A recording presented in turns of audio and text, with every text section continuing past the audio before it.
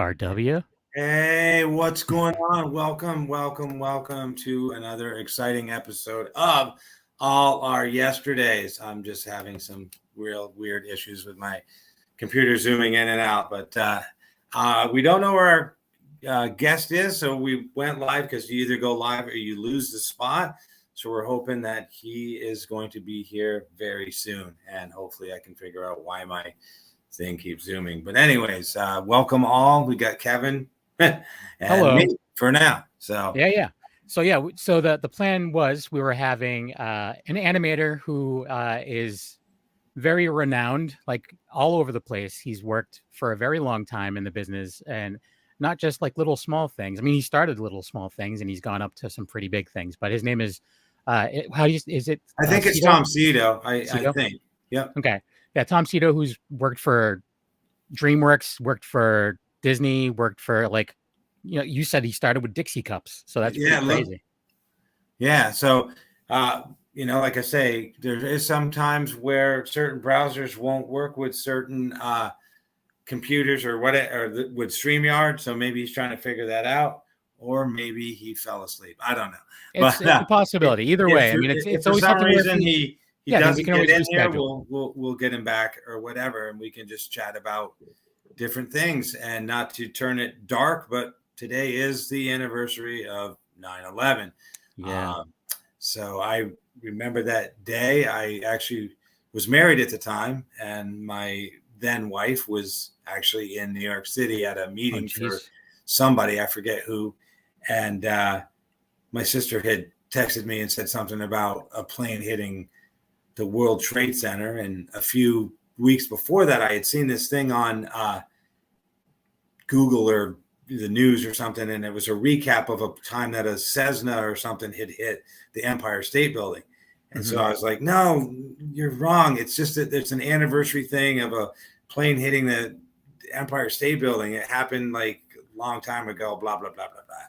And then I turn on CNN and I'm like, oh my gosh. So no communication with the then wife because everything was like out of control. So that's, I can't. Yeah, I was talking with, I was guesting on That Strange Show last night, and we talked about it a bit. And it's one of those things, like, for my parents, I mean, obviously they know 9/11 as well, but like the whole Kennedy assassination thing, and like, where were you when this happened? Like, and this is a thing, like, I'll never forget, literally where I was when this happened, and like just how it all went down. And this was a long time ago. I mean, it doesn't seem like it's been that long ago.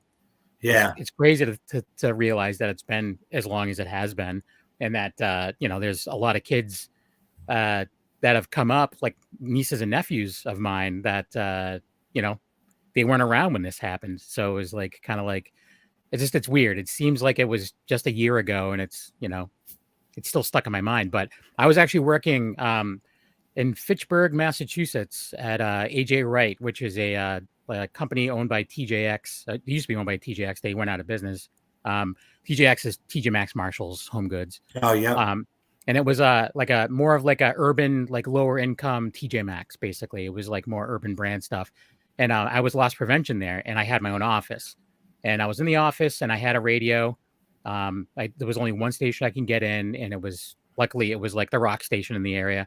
And they interrupted it with the first one, and I was like, "What?" And then like I called the store manager. I was like, "Hey, did you hear what's going on?" And he's like, "No, what?" And he came in the office, and he's like, "Holy crap!" And then next thing you know, the phones were ringing off the hook, and it was people calling in, like for their spouses and their like kids, being like, "Do you know what's going on? We don't know what's happening." And the thing that was like really scary was that the store was right near an airport. Yeah. So they were landing, like all of the planes in the air were grounded, and we don't know what's going on. And we hear planes landing, and we're like, "Holy crap, what is going on? Like, is it just planes falling from the sky kind of deal?" And then like later on that night, I'm like, what was I thinking? Like, terrorists would be like, "Yeah, you know what? We need to go after this AJ Wright in Fitchburg, Massachusetts." Like, in the back of my mind, it was like, yeah, that was ridiculous to think that. But at the same time, too, you're in the middle of it, and you don't know what's going on. But because I was the only one with a radio in the store, I was the one that was like giving everyone updates and stuff. And I'll never forget it. And it's one of those things that really feels like it was just yesterday. But we've come a long way. There's stuff in the country right now that's not too fun, but you know, hopefully nothing like this ever happens again. But yeah, that's 9/11 for you. You know? Yeah, I remember like I think it was 1976 if I got the year right. I'm sometimes don't remember correctly, but the King Kong movie came out with Jeff Bridges and Jessica Lange, and I remember going and seeing it. And so I kind of fell in love with the World Trade Center because of that movie or whatever.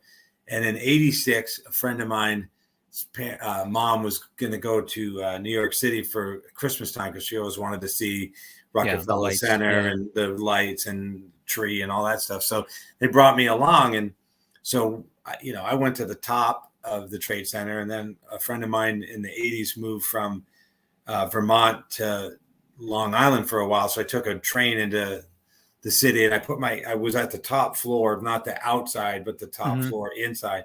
And I put my head against the glass and just kind of looked down, and you could feel the building move a little bit.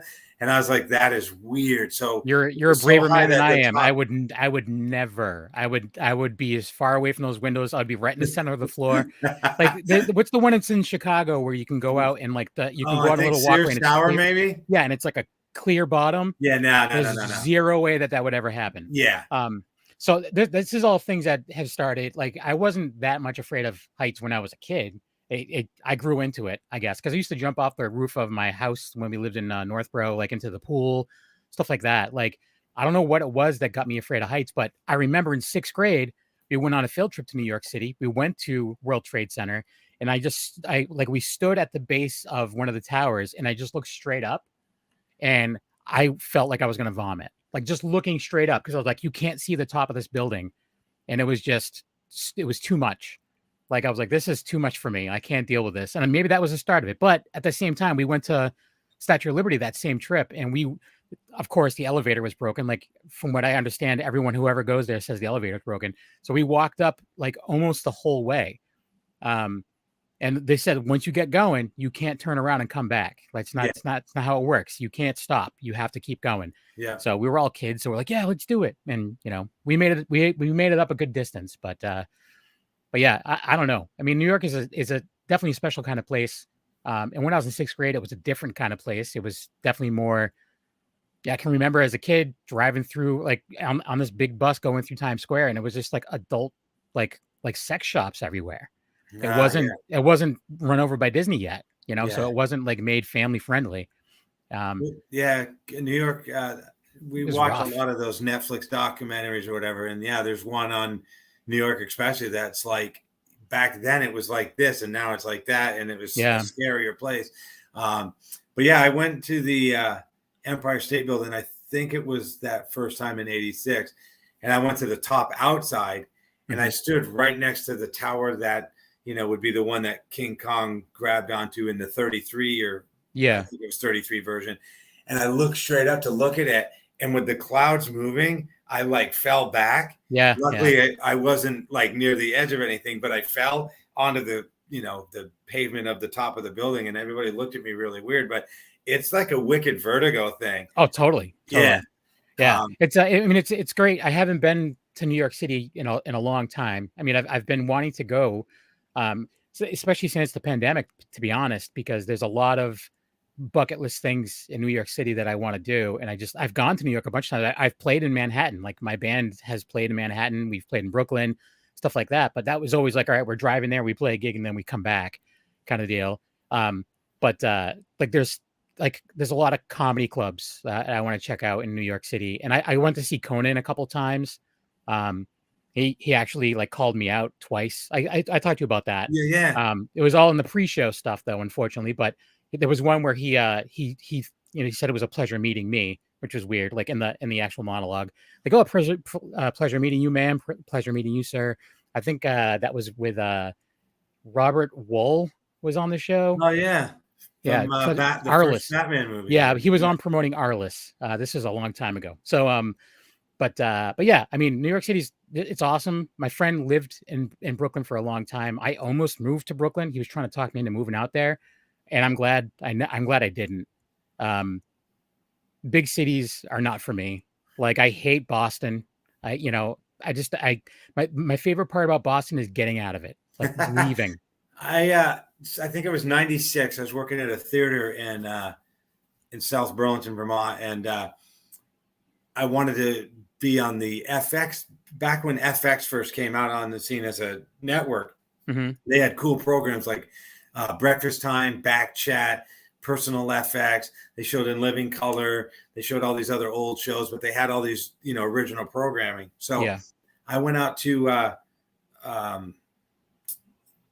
New York City with a rented van and a friend of mine. And I'm a guy who doesn't even like to drive on a 2-lane highway and stuff. So we get in there, and every street in New York, and I believe in Boston, is one way. So you go one way this way, one way the next street over, one way this way, north and south, one way this way, north and south. So you want to go right there, but you have to go down 7 streets and kind of turn around and come back to it somehow. So I navigated somehow. And we got there early in the evening, like, I don't know, 11 o'clock at night.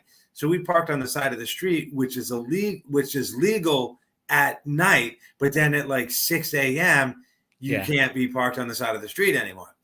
So we wake up to someone rapping on our door because we slept in our van, and they're like, "You can't park here." And we're like, "Oh, okay." So now we have to figure out where can we park, and like, you don't know anything. So it's difficult in New York City to park. And the one thing too is it's like, people are like, just find a Walmart or find like a Target parking lot.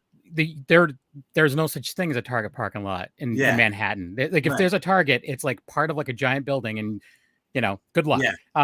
But so you had mentioned how it's all one ways. I really I stand by this. I feel that New York City is 10 times easier to find your way around in than Boston. Because if you look at a map of New York, it looks like Pac-Man. Everything's straight line. you look at a map of Boston, and it's like someone threw like a fistful of spaghetti at the wall and was like, "That's one way. That's the other way. That's one way." And you know what? A month from now, we're gonna switch them. Like before Google Maps was a thing, when I had like a standalone GPS, my wife and I were going to a show, and we were driving, and like next thing you know, like we were driving like head on to a cop. And he's like, "What are you doing?" I'm like, "The GPS told us to go this way." He's like, "This is a one-way street." I'm like, "Yeah, but it says it's this way." He's like, "No, it changed." I'm like, "How are we supposed to know? Like, we don't know. We're not from here." We were going to a show at like I don't know if it was at the Orpheum or something like that, and it was just like streets were just a mess. I generally hate Boston. Like years ago, my friend Jamie came out to visit me from Washington State, and like me and my dad went to pick him up at the airport, and it was literally it took us about 3 hours to find our way out of Boston. Like we were completely lost because again, this was before GPS. Well, even with GPS, I forgot how long ago it was that I was there by myself, and I think I was trying to get to the Northeast Comic Con when they first moved it from Wilmington, Mass, to some abandoned J.C. Penney in a mall somewhere. And so I'm going through Boston, and it goes, in 1.5 miles. That's it. Hello? Yeah, just 1.5 miles. What am I doing? Yeah. Where am I turning? What am I doing? Like, I'm at a place right now where there's like 7 ways to go. Hello. Yeah. And then you go in a tunnel, and it's like you lose signal. Mile, and then you're done. Yeah. And you're like, it's better now with cell phones. I mean, that's the thing with Google Maps. Like, you can actually download the map.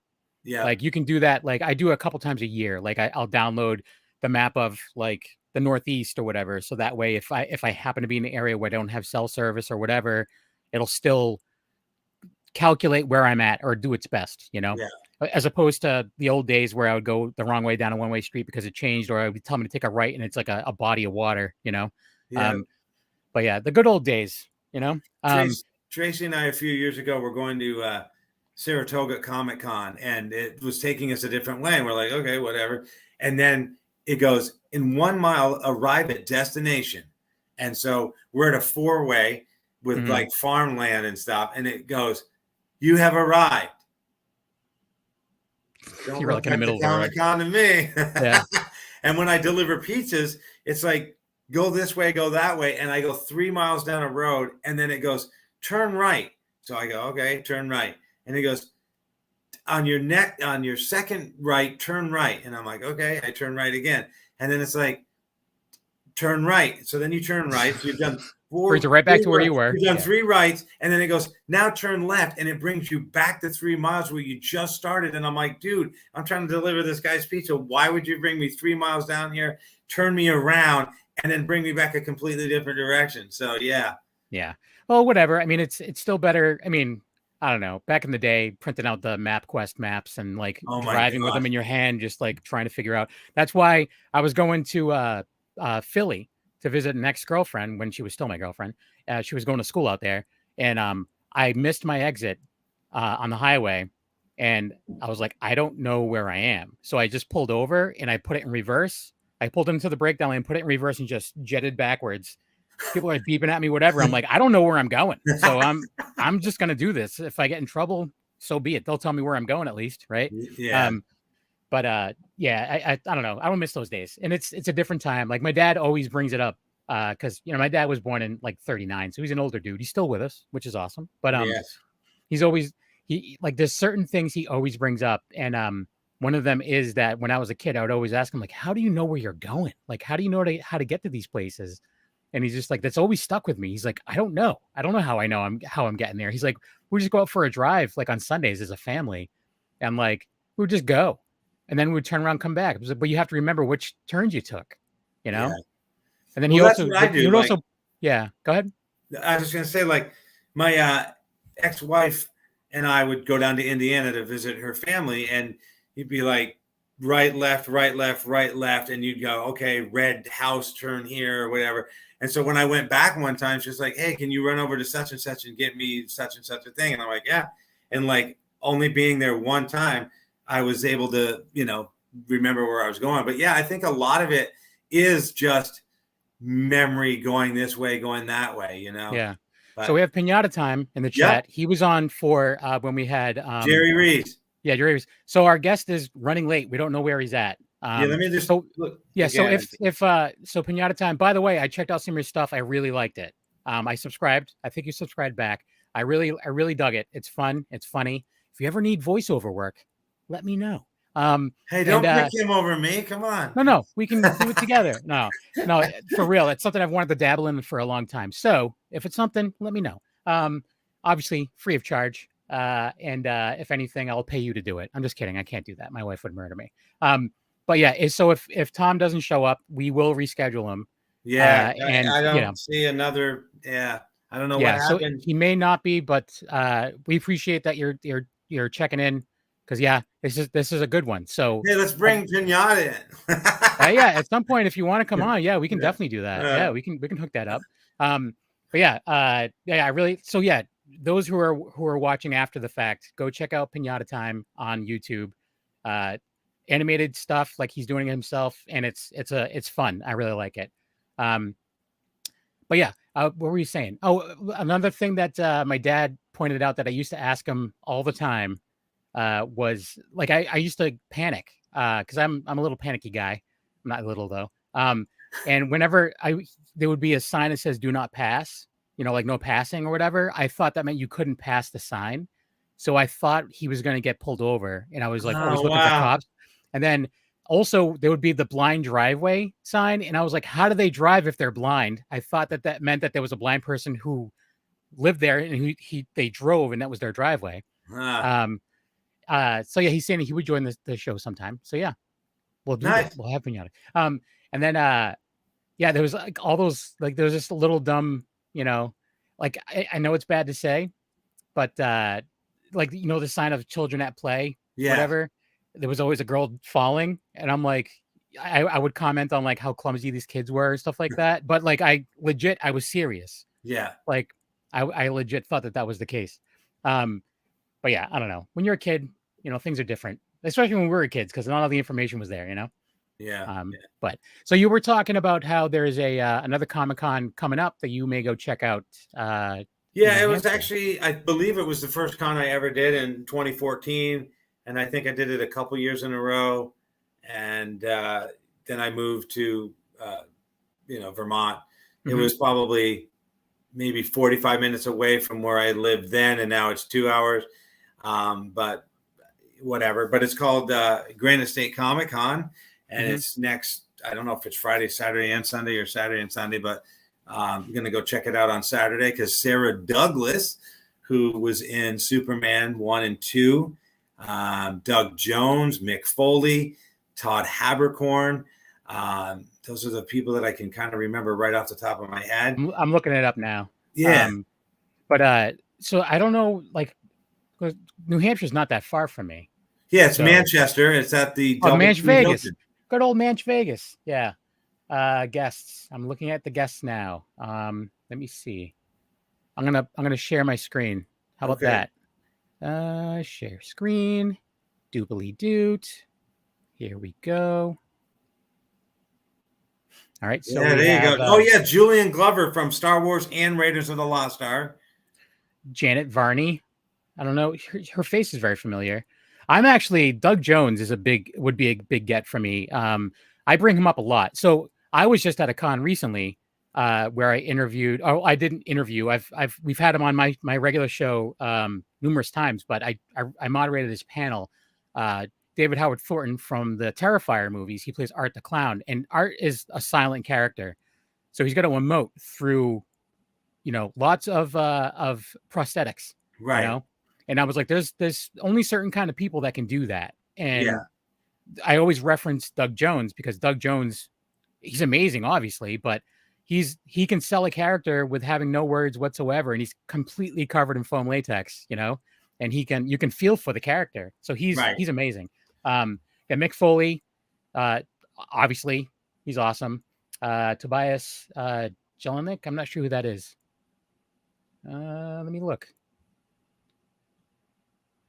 Oh wow, he's a kid. He's a kid there. The Mindy Project. He was on Arrow. Stranger Things. Oh, there you go. And I don't know. I'm not sure who Larry Bagby is. He looks like he was the bass player in Walk the Line, according to that picture there. That's what it is. Yeah, that was a great movie. Like, I was talking to someone about there's a new Jamie Foxx movie on Netflix, and I was just like, I'm 50-50 with Jamie Foxx. Like every time I hate him, I'm like, but he was Ray in the Ray Charles movie, and that movie was great. Amanda Shepard, Melanie Cohen, what was the one you were talking about? Sarah Douglas right there, and then Todd Habercorn below her, yeah. Roger Clark. So yeah, I mean, New Hampshire is not very far from me, so maybe I'll meet you there. So there she is on the top there in Superman. So yeah. Plus she does some voice acting. It looks like too. But yeah, this looks fun. I've never been to this one. I know that you've talked about it before, and there's other people I know that have checked it out. But yeah, maybe if you said you might go Saturday. Yeah, well, I can't go Sunday because I work and I have this incredible podcast called All Our Yesterdays. Well, what do you know? Yeah. But I wasn't. Somebody asked me like last week, "You going to Grand Estate?" I'm like, "Yeah, no." And then today I see Sarah Douglas and I go, yes, because Superman was, in my opinion, one of the best superhero movies ever, and Christopher Reeve just brought that thing, knocked it out of the park. And Superman 1 and 2, I think, were really solid movies. Unfortunately, Superman 2, they kicked Richard Donner out, and another guy came in to finish, Richard Lester, and kind of did his own thing. But now their sense has been the Donner cut, using footage that existed and stuff. So, but yeah, I loved the 3 villain characters. So yeah.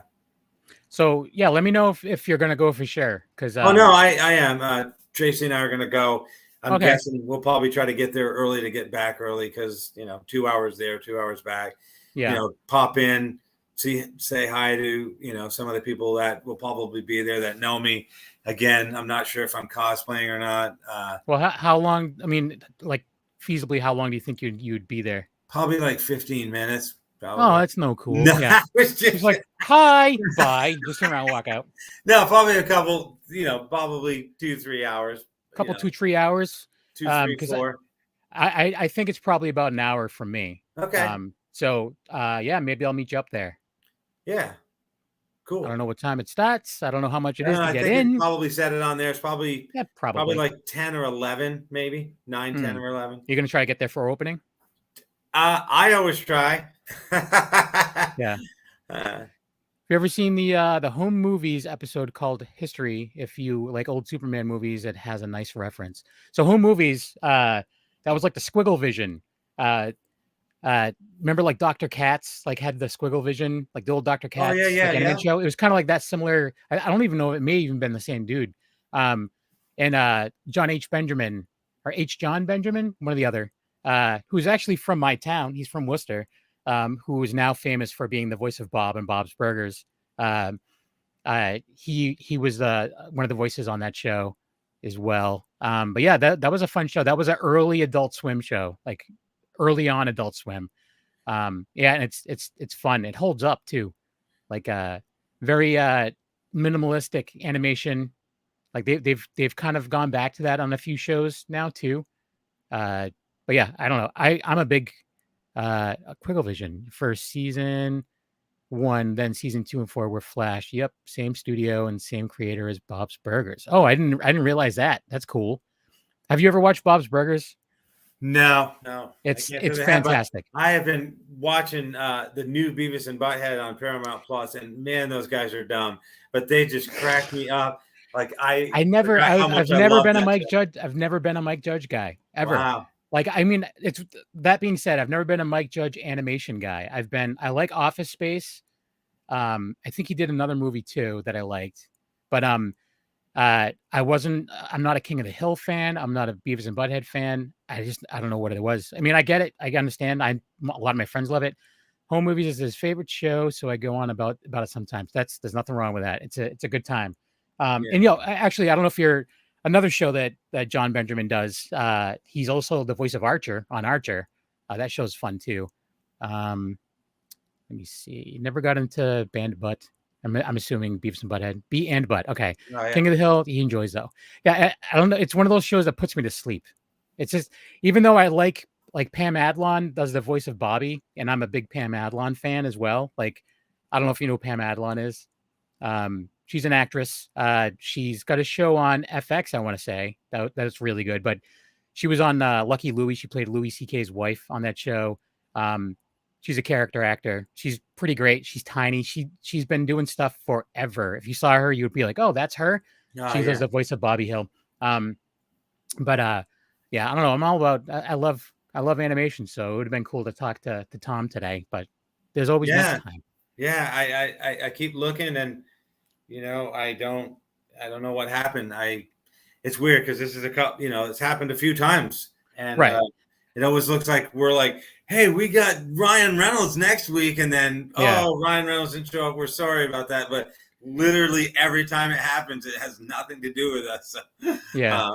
So you're saying that the natural dialogue reminds him of Home Movies? Yeah, I can see that. It's just, I don't know. Maybe at the time when it came out, I was at a point in my animation viewing ship where it just kind of didn't catch me. But yeah, what kind of stuff? Like, are you watching anything new, or are you just sticking with the old stuff? We started watching The Island on Netflix, and still watching the Quantum Leap stuff here and there, getting ready for the new one. Not that I didn't even know there was a new one. Yeah. What? I didn't even know there was going to be a new one. Yeah. But yeah, no, mainly we have 18 streaming services. So every night it's the same thing. It's like, what do you want to watch? Click, click, click, click, click, click, click, click, click, click, click, click, click. We got a half an hour. Click, click, click, click, click. Okay, time for bed. So that's what happens most of the time is, looking for something and never getting anywhere with it. But right. I just saw a pop-up here that I'm not going to read, but I'm involved in a Batman versus Michael Myers fan film called Batman Halloween Night with a K. And they just started filming yesterday some scenes. So I will be playing James Gordon, and I shaved today because it was bugging me, but my scenes aren't for a while. But I'll grow the mustache in, and I got some glasses. That'll be my James Gordon glasses and stuff. But I'm looking wicked forward to doing that. I've been working on my IMDb, getting it all like, hunky dory and fixtures for you or whatever. Since we were going to have, Tom today, and we're probably going to be talking a lot about animation, we can always obviously talk about it again once we get him back. But I just, being a little bit older than you, I remember, Saturday morning cartoons and getting up every morning at whatever it was, 6 o'clock or whatever, to see the station ID thing start. And then, the first commercial or whatever. And then, watching Fat Albert or, whatever the cartoon Bugs Bunny Roadrunner hour or whatever. Cartoons and animation was a big part of, my growing up anyways. Oh, totally. And then now you got Cartoon Network, Boomerang, Nickelodeon. It's on all the time. Yeah. The channels don't go off the air. Yeah. Just real quick. He wanted to bring up that he likes some of the newer Adult Swim stuff, like Smiling Friends. I agree. That show's crazy. I like the mixture. It's a mixture of like different media. Like it's almost like it's animated, then it's like claymation all in the same episode.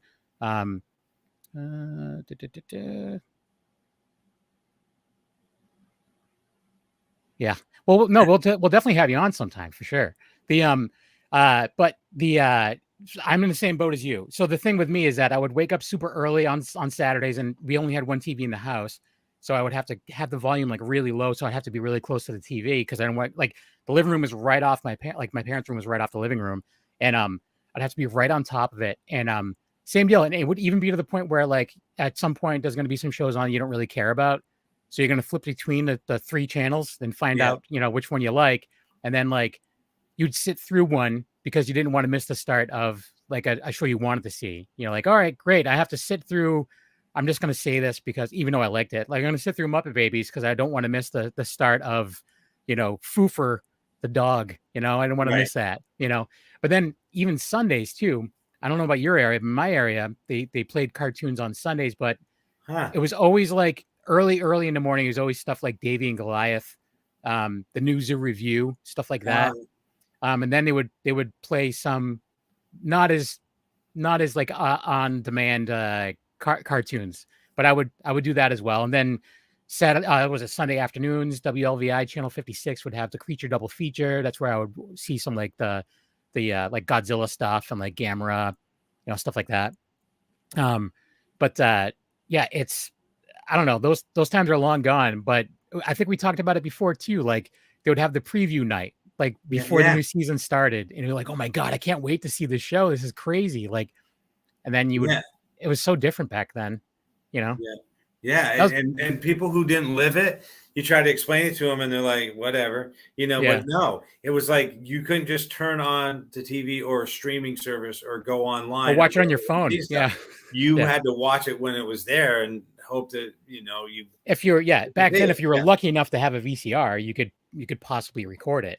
I mean, I think VCRs were more 80s. I mean, if they came out in the 70s, then they were probably like $2,000 or whatever. Oh yeah. Well, no, they were, even in the 80s, they were wicked expensive. Like, I think the first one, I'm thinking we may have had one of the top loader ones. I know, we'd gone through them. They were the size of like a stereo receiver too. They were gigantic. They would break down on you. Your TVs would bust out on you too. Like you'd be watching TV, all of a sudden be like, woo, and then like the screen would just go like a little blip in the center, and you're like, great, we have to buy a new TV. Yeah. And back then too, the remote control was a longer cable for your cable box. You would just bring the cable box with you and like click, click, click, somewhere in 82, I want to say, and I could be wrong. I bought a RCA Color Track 2000 stereo TV for $1,200. Yeah. And it lasted for 20 years. It finally died. He's mentioned in Schoolhouse Rock. And that was, I was all about that too. There's an album out there. I mentioned it before. There's a Saturday mornings cartoon album where like popular bands at the time did like the cover of the theme songs. There's a Schoolhouse Rock album out there too. That same deal in the 90s, like all these bands got together and did songs from Schoolhouse Rock. And I had a Schoolhouse Rock. I had I think I'm Just a Bill t-shirt, and some girl offered to buy it off me. Like she's like, I'll buy it off your back right now. And I'm like, I don't have another shirt, so no. Like, you know, Yeah, today I like wearing my Scooby-Doo shirt. I wore a black shirt because I'm going to the gym after this. Oh, nice. Yeah. But yeah, I mean, and again, we've talked about this before too, but there was a company called Filmation, which, you know, their last, I wouldn't say their last thing, but one of their last things was He-Man. But before that, they had Star Trek, the animated series. And, you know, they did a lot. Yeah, they did some live action stuff. Yeah, but the one thing with Filmation, though, is that even though they were fun shows, the quality was not great on a lot of those shows. Well, yeah, and it's funny because there's a guy that recently did the Filmation-esque Star Trek: The Next Generation, and then he did Voyager or whatever, and he said we had to like make them scuffy because that's how they looked back then. Because you got a guy who's, you know, drawing whatever on his thing, and his hand is scuffing the stuff he's already drawn. Yeah, and then he sends it over to somebody to ink. And they're inking it in and they're scuffing it, and the stuff's not drying. And so then there's these blemishes, but that's what kind of made it have some character. What I'm talking about, and you used to see this in Scooby-Doo all the time too, is like a character would be walking and then it would stop and its mouth would go a couple frames. Yeah. You know, so like there was things that just weren't adding up. Like, they were doing it the smart way too, where they weren't like, they were just animating the mouth. They weren't animating the whole body kind of thing. Kind of like the old Clutch Cargo kind of deal. But I'm a big fan of the old cell animation, and there's a specific art form for that. And I mean, I know Pinata Time, you do all your stuff like digitally, but have you ever messed with physical animation, like actual like drawing? I used to make flip books when I was a kid. Oh yeah. Back in the day, and that's actually what I wanted to go to school for. Is I wanted to go to school to do animation, and it was just too expensive. I was so bad in school that I could get zero kind of help, you know, with tuition. So I'm like, I can't afford this, so I'm not going to school. You know? I literally could not draw as a kid. I still can't.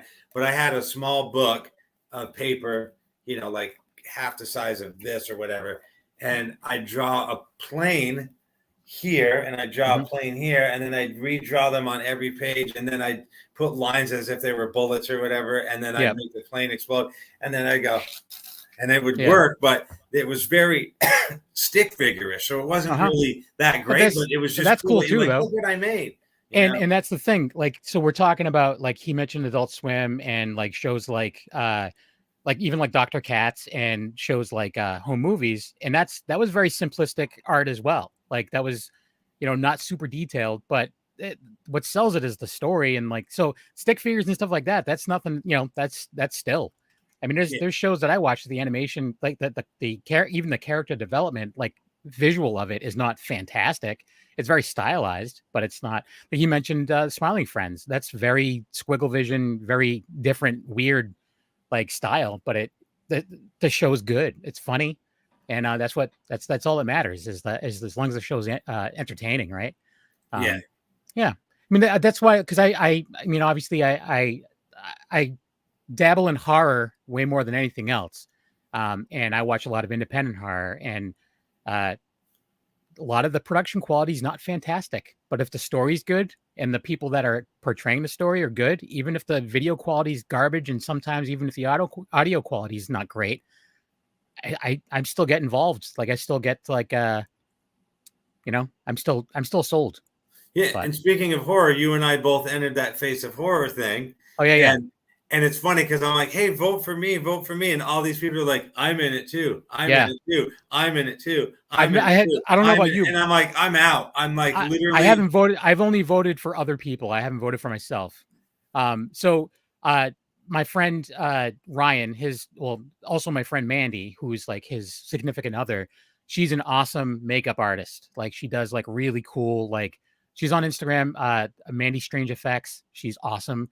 She's to the point now where they're giving her booths at cons, and she'll do like live makeups and stuff like at horror cons, and she's in it too. I'm like, she deserves to win way more than I do. So I've been voting for her a lot because I'm like, she's great. She's fantastic. She's super talented. So I'm like, I would love to see her win this. That'd be huge. And last time I voted, it said that she was number 2 in the rankings. I made it to number 4, and then now I'm like, I haven't even looked at mine. So I pretty much went anywhere I could possibly go and say, please vote for me. And then every time I did that, somebody's like, oh, I'm doing it too. Oh, I'm doing it too. Oh, I'm Yeah. doing it too. Oh, and I'm like, every single person that would vote for me is doing this contest. Yeah. And if there's one thing I have learned in life ever since I was in school is popularity always wins. I mean, how do you think you become prom king and prom queen? You're popular, everybody votes for you. And I've never been that guy that Same. can be prom king or get a contest won because, you know, I just don't. And, you know, let's say I have 2,000, I have about 2,000 friends on, that's pretty cool. Yeah. Say I have about 2,000 friends on, let's say I have 2,000 friends on like Instagram or something, or Facebook or whatever. And, you know, they all have to be willing to do this voting thing. So that's the other thing. Some people don't do that stuff. So, you know, you got 2,000 friends and only 10 of them will vote for you. It's a losing battle. Yeah. So this is Mandy Strange, Mandy Strange Effects. She's very talented. Insane. She's an awesome person. She's I think she deserves to be recognized a little bit more. I mean, even though she's starting to get recognized, you know, as far as like for her talent and stuff like that. And the thing is too, is this is makeup. It's not like prosthetics and stuff like that. Like some of it is, like this one's prosthetics. So there's a talent there. And like, I was at a con where she was doing the makeup and like, someone came up and she's like, oh, like looking, it's like, so this is just makeup. She's like, yep. And he's like, so no, like, you know, he's like, so it's just makeup. Anyone can do this. And I'm like, no, not anyone can do this. I couldn't do this. I don't think you could do it, sir. Like, and if you can, awesome. Right. But yeah, like she just, there's an Art the Clown that from Terrifier. She's great. So I've been voting for her. Nice. Because, I mean, she's awesome. So yeah, if you're going to vote for it, go do that. Go vote for Mandy or, you know, or RW. Don't vote for me. I think I posted, I'm like, I can't wait to lose horribly at this. I think that's when I posted it. That's what I said. Yeah. Same deal. I've never won. I didn't realize the only thing I've ever won. I won, there was 2 years in a row, band that I was in. One of them, the 1 year we won Best New Band, which I was shocked. It was the Phoenix poll. We won Best New Band. And then the second year we won Best Ska Punk Band. And then, you know, they stopped doing the poll after that. But we won 2 years in a row. And I was shocked because I've never been in a band that people liked. Like people liked it, but they've also at the same time didn't love it, you know? So I was shocked that people even voted for us, but I guess maybe it was Slim Pickens that year. I don't know. 1 year at that Granite State Comic Con, I can't remember off the top of my head right now what year it was, but we'll say maybe it was either 2016 or 17. They had a contest thing and they gave you a theme and they said, you know, go out and take pictures and stuff and we'll judge on that. And I was dressed as a splicer from BioShock with the rabbit ears mask or whatever. And I got paired up with this photographer. So it was like, you know, photographers are there and people who wanted to do this contest thing would raise their hand and, you know, the photographer would be like, oh, I'll work with you and whatever. And you go off and you do this photo shoot. And I don't think we won the overall, but I think we won most, like, because there were parameters or whatever things. And we won most, you know, sticking with the theme kind of thing or whatever. And then if you go to my IMDb page, there's a little movie I did called Where Is She? And I won Best Actor in a film festival called Asurdo. And then now that movie was a good time. Yeah. And for anyone that's watching after the fact, it's on Tubi. You can go check it out on Tubi, and it was fun. We had you on Wicked Horror Show for it. Yeah, so I won Best Actor in one of the film festivals called Asurdo Film Festival. And then I did a project called Apocalypse Party with Smoking Bottle Entertainment, Adam Griswold. And we won Best Ensemble. So I was obviously part of it. So I kind of won part of Best Ensemble. And then I did these 4 commercials, which you probably see a lot on WMUR for Altieri Plumbing, maybe. I've never even heard of that station. I don't know what the station is. Oh, it's Channel 9. Oh, well, it's probably something different in my area. Okay. So I did 4 spots that were 15 seconds apiece, and all 4 of them won Merit Award. And then one of the 4, which was me with an air conditioner, won first place or whatever. So those are the awards that I've kind of won. But yeah, if it's always a popularity thing, it's like I don't have enough people that, right. you know. And I went to an Elvis contest thing once, and when I got there was a little kid who was like 9 years old or 8 years old or something. And I said to my then wife, I'm like, I already lost this contest. And she goes, what do you mean? And I go, this kid's going to win. And she's like, why do you say that? I go, first of all, he's a kid. Second of all, his family is completely obnoxious. So if this is a popularity thing, they're going to scream, yell, holler. There's like, 40 of them. I've got 2 people. There's no way I'm beating this kid. Kid wins. Yeah. And so I've never liked contests where it's like, let's let the audience decide, because then you suddenly got 400 family members and it's like, woo, woo, woo. And it's like, oh, clearly he won. But it's not judged on performance. It's not judged on how well you look. It's not how many friends you did. It's now suddenly not based on how great you were or anything. It's based on who can scream the loudest. And that's an unfair way to win. Oh, totally. So, I feel the same way. And I mean, nothing against people that have won for like podcast awards, but I don't even try to enter. Yeah. I don't even like, I have zero interest in that, because it's like, great. I'm like, I like what I do. I listen to a lot of other podcasts. I like what they do, stuff like that. Everything is, not everyone's going to love everything, whatever. As long as I'm happy doing what I'm doing, I'm fine. I don't need an award to tell me that I'm doing all right. Yeah. I mean, don't get me wrong. If someone entered us or we won without my knowledge and then be like, what? Like, that would be amazing. Right. But it's also part of my, my negativity towards myself, you see. But like when I was doing way worse, medically, with my health, I went to a con and someone's like, oh, so how you been? I'm like, it's been rough, whatever.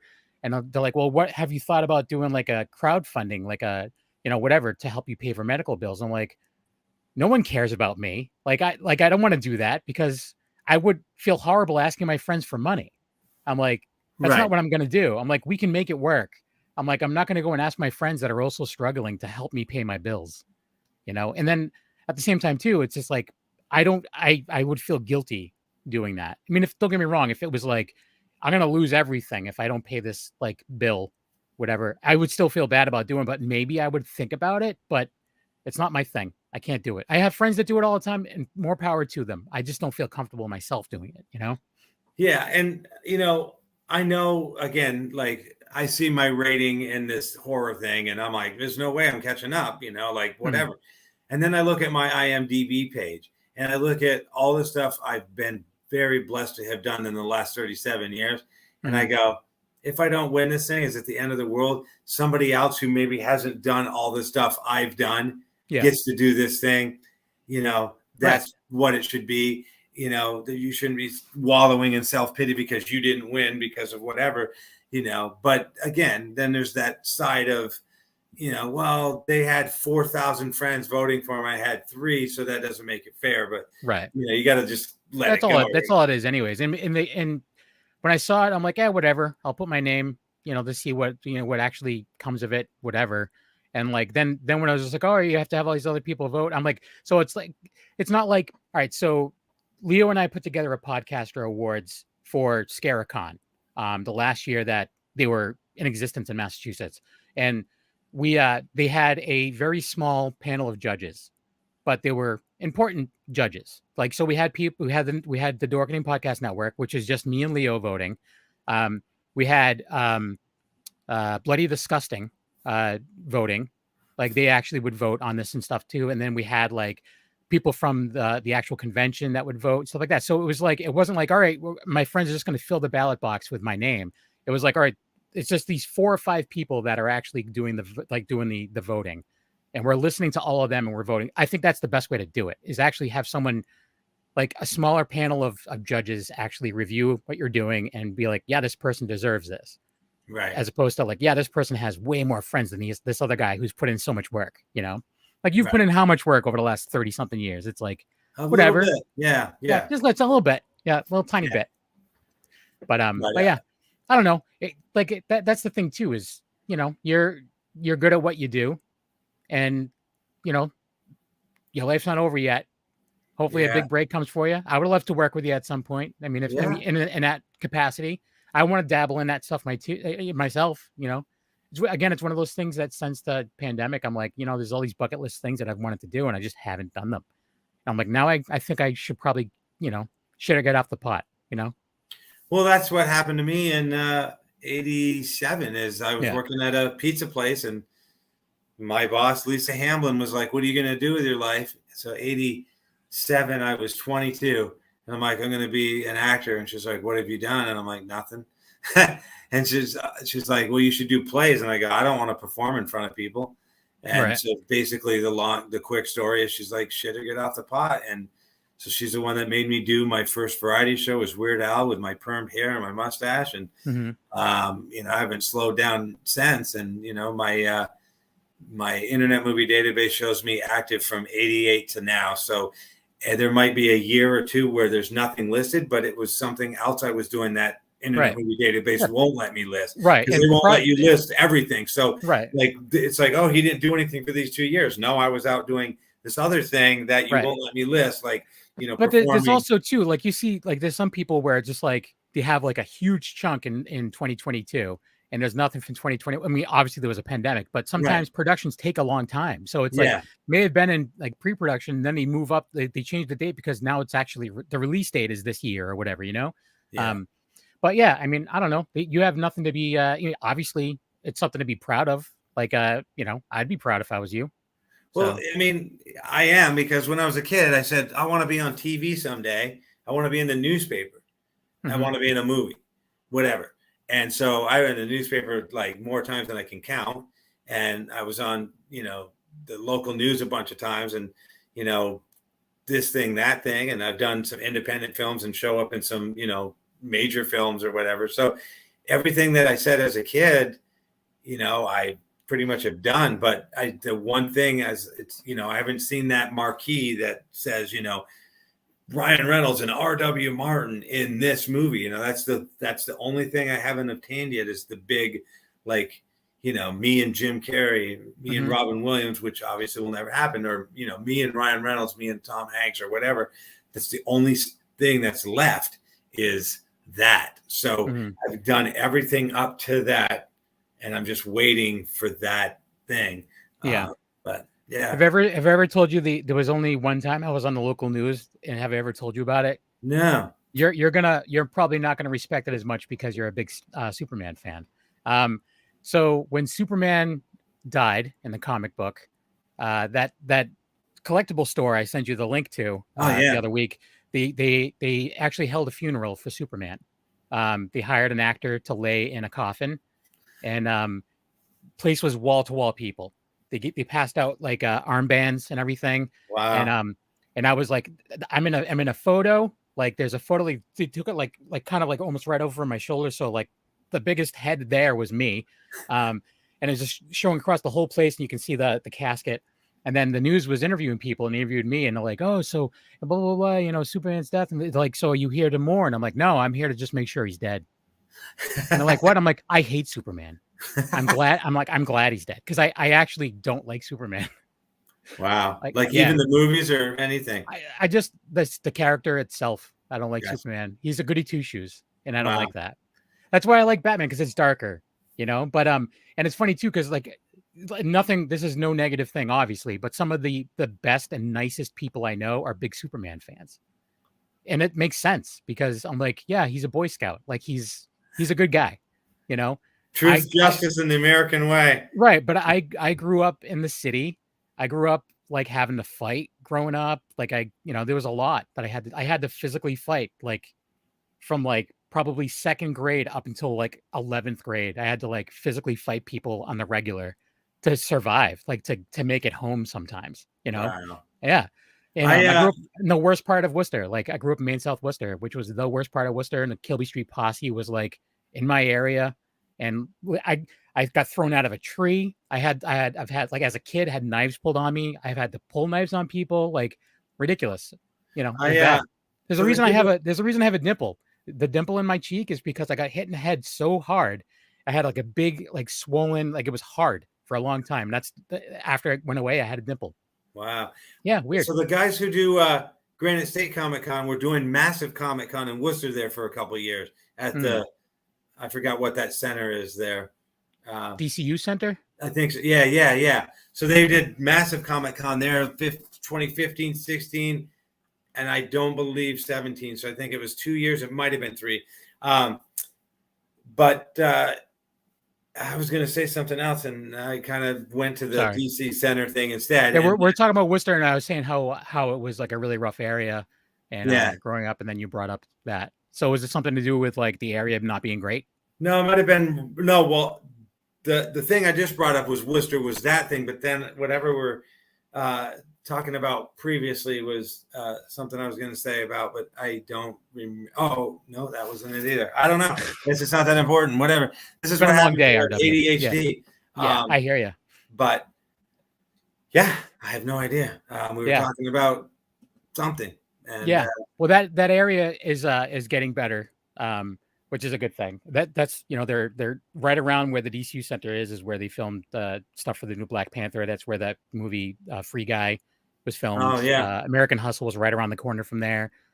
Stuff like that. So I mean, they're trying. I mean, it's a lot nicer than it was. They're not making some great decisions. There's some decisions I'm not happy with the city, so I avoid it. They shut down a lot of longtime local small businesses, and like tore down a bunch of affordable housing in one area just to build a baseball stadium. So that there was a AAA baseball team, the Pawtucket Red Sox. They moved them to Worcester, so now they're the Woo Sox, but they had to build a whole stadium for them. But in the process, the club that like every major label band that would be recording at Longview Studios would stop in and play at this club. Like the Rolling Stones stopped in there to play during the Tattoo You album, like just to try out new stuff. Things like that. They tore that place down so that they could build this baseball stadium. And, there was lots of affordable housing around there. Last time I was in that area, there was covered in homeless people. Just people with nowhere to go. Because they tore the places down. Yeah, exactly.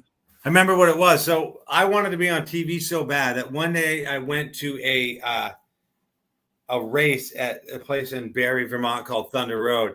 And this guy had won the race and they were getting ready to interview him. So I stand behind him like 20 feet back because I know that the camera's going to be on him and he's sitting down. Yeah. So the camera's going to be here. So I have to be farther back so I can even be shown on TV. Yeah. So, they're like, and he's like, yeah, I won the race, blah, blah, blah. And I'm back there just standing there like, hey, I'm on TV. And then another time. Holding up your headshot like, Yeah, there was a adult bookstore in my hometown of Waterbury. And NBC was there doing a story on it because some people wanted it there and most people didn't. So I go, what are you guys filming? And they're like, oh, we're filming a story on the adult store. Do you go in there? And I go, yeah, no, I don't go in there. And they go, oh, that's too bad. And I go, why is that? And they go, well, we need somebody to go in and possibly hold the door open for us so we can get a shot inside the store. I looked at him and I said I don't go in. Didn't say I wouldn't go in. So I'm this creepy guy with long hair and a army jacket and a Reebok hat. And, I'm all scruffy and pedophile looking and stuff. And so it would have better if you were wearing like a trench coat and like you open the door and then the trench coat opens and your pants are on the floor. Like, huh? Am I right, guys? So they're like, all right, action. And I go, do. And I open the door and I catch the door with this hand as I go in and I hold it. And I go, hey, what are your hours again? And he goes, why are you holding the door open? And I go, oh, I am sorry. And then I let it go. And they were able to, in that 2 seconds, get the shot inside the place or whatever. But that's what I would do back in the 80s just to get on TV. And it's just funny because, I've done really cool things since then where I'm I'm either the main star or a co-star or whatever. And I've got lines and I'm doing stuff. But it's cool to look back with this history of, here's me going into this adult bookstore. Here's me at this race. Here's me on Personal FX when I drove out to be on that. Here's me in this commercial. Here's me in this thing. Here's me in that. So it's not just like, and a lot of people are like, think I just did this overnight, that today was the day I'm like, hey, why can't I get an acting gig? It's like that for a lot of musicians too. Like, oh, they came out of nowhere. It's like they've been a band for 12 years. What do you think they came out of nowhere? Just because you just found them doesn't mean that they didn't exist, Right. But so I mean, that's the thing. And that's actually one of the good things about IMDb is people can go back and see where you started kind of deal. So but anyways, we're at an hour. I know, So, and I was going to say that. So unfortunately, again, not a scam. We weren't, saying, "Oh, Tom Sito's going to be here just to get you to tune in." I don't know what happened. I've been checking my phone and no communication, so I don't know. We will reschedule him because we definitely wanted to talk to him. yeah. I don't know who we got scheduled next week because I don't have it up. Do you have? I don't have it up either. I think I can let me just we just wing this thing. Let me see. I can find out real quick. I'll just sing. I'll sing until you find it. La la la la la. I'm just kidding. All right. La la la la light bulb. La, Okay, la, so la, la, no, next week tentatively is supposed to be, drum roll. Allison Arngrim from na na na na na na na na Little House on the Prairie. Yeah, she played Nasty Nelly. So yeah. that is I told my sister that she was, because my sister gets made fun of pretty regularly because they don't have cable or anything anymore either, and my sister will just watch Little House on the Prairie. She'll just have it on all day long, and they're like making fun of her for it. And I told her she's going to be on the show. She's like, I hate that girl. I'm like, that was the whole point of her character, so she did a great job. Yeah, and it's amazing. Again, we're going to go here, but you get characters that really can play the mean person so well that you end up thinking that that's who they are. Right. And you're like, I can't stand that person. But in real life, they'd give you the shirt off their back. And, they're like, have you ever met her? What? Have you ever met her? No. I met her once, and she was fantastic. Well, Robert said he met her, and she was awesome too. But we tend to think of people in shows and movies that are jerks that they must be a jerk to be able to play that, and it's not that way. It's just they're really good. It's usually the other way around. All the people that play like the heroes are assholes, and all the people that play like the villains are actually the ones that are like, okay, let me get the door for you. Yeah, like let me get the door for you so you can shoot into this porn store. Like those kind of people. Anyways. All right, that's about that, guys. Yeah. So we'll see you all next week, and hopefully we get Allison, and we'll have to figure out what happened to Tom Sito. Yeah. But thanks for watching, everyone. Thank you, Pinata time. Pinata time. Yeah. I can't even talk. Have you checked out his stuff yet? I went to his YouTube, I believe. Okay. And checked some stuff out there. Yeah. Check it out. But we'll have to have him on for sure. Totally. And again, thanks for tuning in. Sorry about the mix-up. Maybe next time we reschedule Tom, we can have him on as a little co-host there. Maybe, yeah. If it works that'd be out, cool. Yeah. All right. Okay. Cool. Thanks for watching, everyone. Goodbye. See ya. Oops, I hit the wrong button.